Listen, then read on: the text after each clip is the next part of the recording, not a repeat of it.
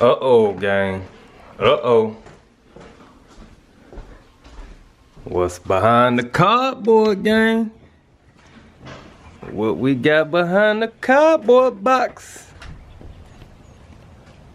Alright, gang, so you really can't tell at the moment, but I got the car lifted up on the passenger side right here that we're looking at. And I'm gonna have to cut a little bit more because when the car is down on the ground, just as soon as I turn my wheel, it's cutting into the fender. Or the fender is cutting into the tire. So we're gonna do a little cutting.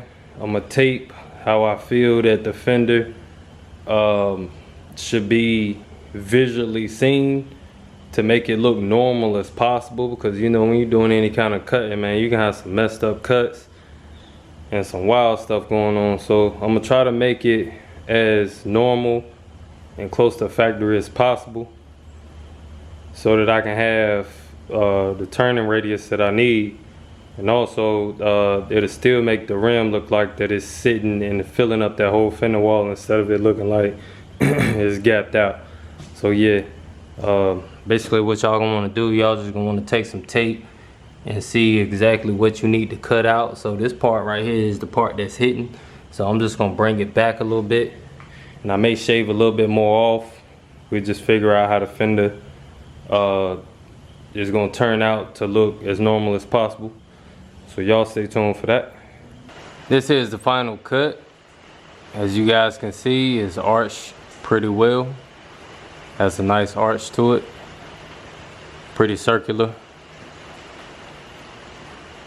So I trim off the back there and off the front. So the 30 should have no problems turning inside there.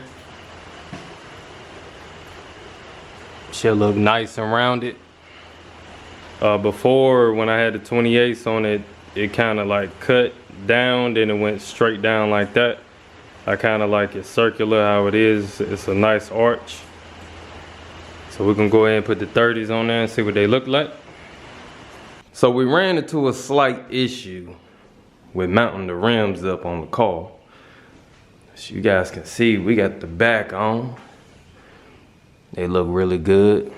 I took the inserts off. I'm gonna put them back on once I get the whole situation figured out. But the front, the back is not the issue. The front is the issue. So this whole metal bar that cuts across, it's like a hollow metal frame piece. As you guys can see, this piece here, I need to get that cut off. See, that's my original frame there, which everything is original, but this is what matters, the frame of the car. We're not cutting into that, we're cutting into this. We're gonna cut that off. So when we come around here, we can still see that it's hollow and the inside of there, and then it just kind of cuts across my wheel well there. So that got to get chopped off because it limits my turning radius, which I can only get a half a turn out of it. So we're going down to the body shop to see if they can chop that off and maybe weld it back flat instead of it cutting across at an angle.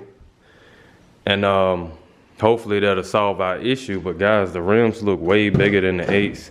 I got one of the rims in the back right now because 3 of them aren't holding air. So I'm assuming that it's the bead around the rim or maybe the valve stem. So we're going to go get that checked out because the tires on all 4 of the 30s still look good. So I'm not assuming that it's any kind of nail or hole or anything, because come on now, 3 of them is doing it. One of the tires or rims over here, the tire is brand new. It still got the sticker on it, which I don't know where it's at. Oh, there we go. Yeah, see, it still got the sticker on it. This one's holding air just fine, but the other 3 aren't. So I'm assuming it's probably because the wheel's been sitting up, or I don't know what the case is, but we're going to go get that situation figured out. But guys, y'all can see how much more bigger 30s look than 28s. See how small the 8s look, how big the 30s look. It's definitely a big difference. So it fills up a lot more fender wall gap. As you guys can see, I barely got any on the rear now, which I did have a huge gap back here. filled it up pretty well. So yeah, man, we're gonna go ahead to the body shop, figure this situation out, man. So y'all sit tight. All right, guys, so I'm here at my friend Scott garage, and he's gonna end up doing the work for me. I went to a few body shops. They're talking about a week from now, a couple days from now. I'm growing tired the way I want this thing done right now so I can bring you guys some more content. So this is the guy that I bought my Fox Body Mustang from. He's very knowledgeable about cars and everything. So he knows the structure of them, what needs to be done, and I trust his expertise on doing any work to any of my vehicles. And he's a Ford guy, so he knows. So he's gonna end up cutting that frame out that I showed you guys so that we can be able to turn those 30s. Cause it's no fun when you only get a half a turn out the wheel and you gotta keep backing up and just looking stupid. So you can go ahead and get up out of there, you know what I'm saying? And you know, it looks even better. So yeah, man. I don't know if I'm gonna really show too much of the cutting process, but I will show bit by bit with the metal being cut out. I'll let you guys know what was used to cut that out, whether I'm gonna put a piece of metal back or weld a piece of metal back for the structural integrity or not. So man, y'all stay tuned, man. They already got it jacked up, and we about to take the first wheel off and get the cut. So just with an angle grinder and a chisel, this is what we came up with, and the only thing you guys got to do is cut it. It probably takes about 30 minutes to cut the whole piece out. So that's what we cut out right here. As you guys can see, this is just a hollow piece of metal. It's not, I mean, it is part of the frame, but it's really not. As you guys can see, this is the whole frame. The frame goes back into this piece here, which is pretty hollow. But this is what we came up with, and as you guys can see, flush up against there, that we would definitely be able to turn now. But the other piece cut across, which was an issue. So that's why we had to cut it out. We're gonna do the same to the other side, and we're gonna go home, fit the wheels on it, see if we can turn them, and we should be good to go. Maybe later on I get another piece of metal, just I get a machine shop to fabricate a piece of metal and then weld it here, so that's pretty much closed up. But this is what we got so far. He done a fantastic job on this side, guys. I will say that everything is shaved down, painted over so it doesn't rust. You guys want to spray paint whatever you cut black, or whatever color you want to go with. If you want some other color up under here, then you know that's on you. But yeah, you guys want to protect it with something. So, but yeah, that's what we got so far, guys. So y'all stay tuned. We're gonna mount the wheels up in a few. We're gonna do the other side first, then we're gonna mount the wheels up. So just a quick peek. This is the driver's side. We videoed the passenger side, but as you guys can see, everything is buttoned up nice and neat. Everything is cut nice and good.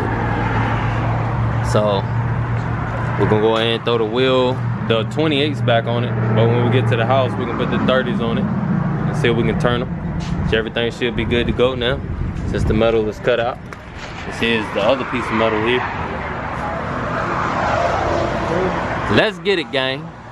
Gang, this is the finished product so far. Everything is cut out. I can turn better on these 30s than I can turn on those 8s, because I did have to cut more out, but everything is cut out very well. You guys see I already painted the inserts. And let me tell y'all something about these inserts, man. So I painted them last night. I just got some white spray paint.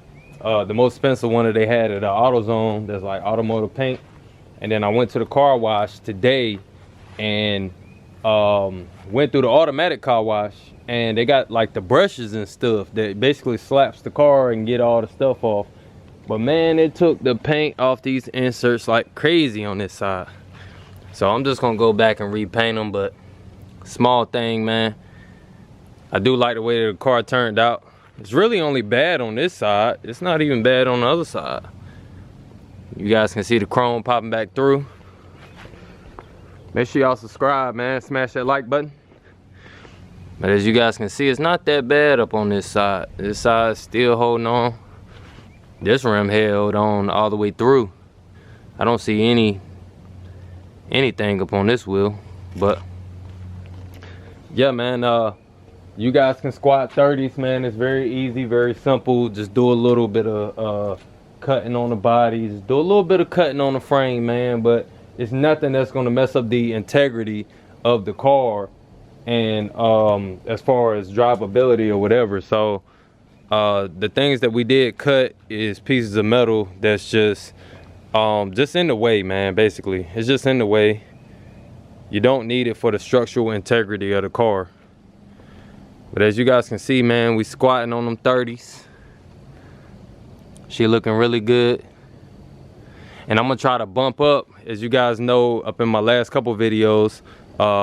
For you guys that are new, I got a sway bar, basically bracket that's connected to my sway bar.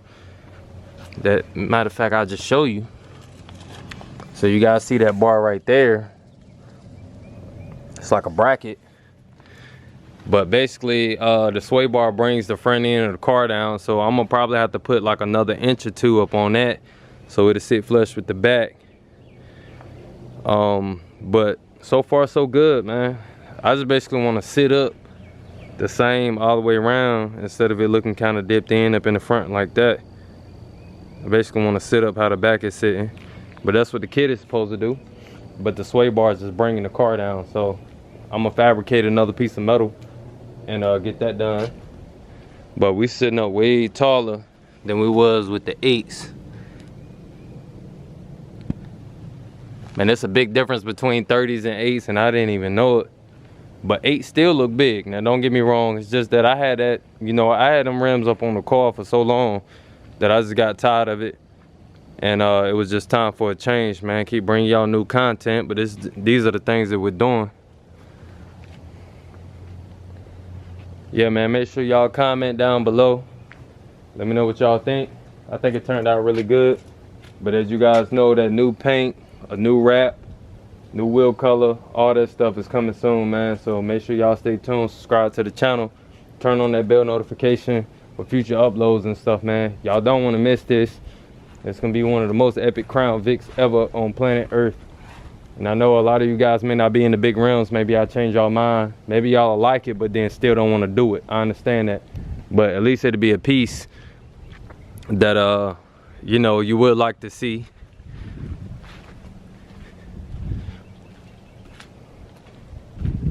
So yeah, man, y'all stay tuned. 2-Time Moto TV out. Until next time, peace.